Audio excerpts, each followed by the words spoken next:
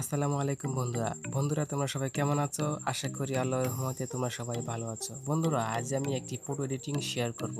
তাহলে বন্ধুরা চলুন ভিডিওটি শুরু করা যাক। ভিডিওটি শুরু করার আগে আরেকটি কথা, এখন যারা আমার চ্যানেলটি সাবস্ক্রাইব করে নাই প্লিজ চ্যানেলটি সাবস্ক্রাইব করে দিন এবং পাশে থাকা নোটিফিকেশন বেলটি বাজিয়ে অল সিলেক্ট করে দিন যেন পরবর্তী ভিডিও নোটিফিকেশন চলে যায় আপনার কাছে।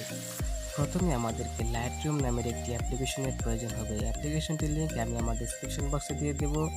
তাছাড়া গুগল প্লে স্টোরে এই লাইটরুম দিকে চার্জ দিলে অ্যাপ্লিকেশনটি পেয়ে যাবে। সো লাইটরুমটি ওপেন করার আগে আমরা চলে যাব আমাদের গ্যালারি থেকে আমরা যে ইমেজটি এডিটিং করব আমরা সেই ইমেজটিতে চলে যাব। সো ইমেজটিতে ক্লিক করে আমরা এখানে শেয়ার করে দেব লাইটরুমে। সো শেয়ারে একটি ক্লিক করে দিলাম, তারপর আমরা চলে যাব লাইটরুমে ইমেজটিকে আমরা শেয়ার করে দেব। তারপর আমাদেরকে আরেকটি কাজ করতে হবে, প্রেজেন্ট ইমেজ আমাদেরকে লাইটরুমে একটি শেয়ার করে দিতে হবে। প্রেজেন্ট ইমেজে কিছু লিঙ্ক দিয়ে দেবো, চাইলে লিঙ্কে ক্লিক করেও ডাউনলোড করে নিতে পারবে প্রেজেন্ট ইমেজ। সো আমি প্রেজেন্ট ইমেজে এখান থেকে একটি প্রেজেন্ট ইমেজ শেয়ার করে দেব লাইটরুমে। সো শেয়ারে একটি ক্লিক করে দিলাম, তারপর লাইটরুমে একটি শেয়ার করে দেব। তারপর আমরা লাইটরুমটি ওপেন করব। ওপেন করার পর আমাদের মাঝে ঠিক এরকম ইন্টারফেস শো করবে। এখান থেকে অল ফটোস নামের একটি অপশন রয়েছে, অল ফটোসে আমরা ক্লিক করে দেব।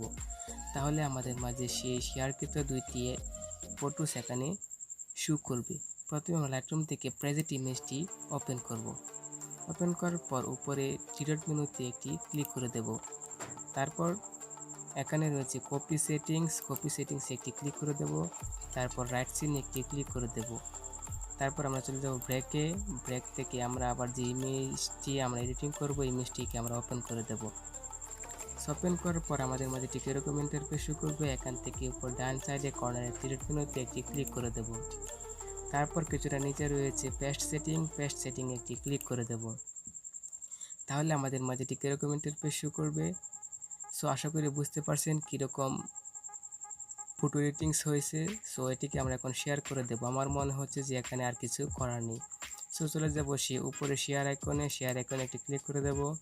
তারপর এখানে রয়েছে সেভ টু ডিভাইসে একটি ক্লিক করে দেব। তারপর আমাদের মাঝে সেই ইমেজটি সেভ হয়ে যাবে। আশা করি ভিডিওটি ভালো লেগেছে আপনাদের কাছে। যদি ভালো লেগে থাকে তাহলে একটি লাইক করে দেবেন। তাছাড়া এখনও আমার চ্যানেলটি যারা সাবস্ক্রাইব করে নাই প্লিজ চ্যানেলটি সাবস্ক্রাইব করে দিন এবং শেয়ার করে দিন বন্ধুদের কাছে। তো আজ এ পর্যন্তই, ভালো থাকবেন সবাই।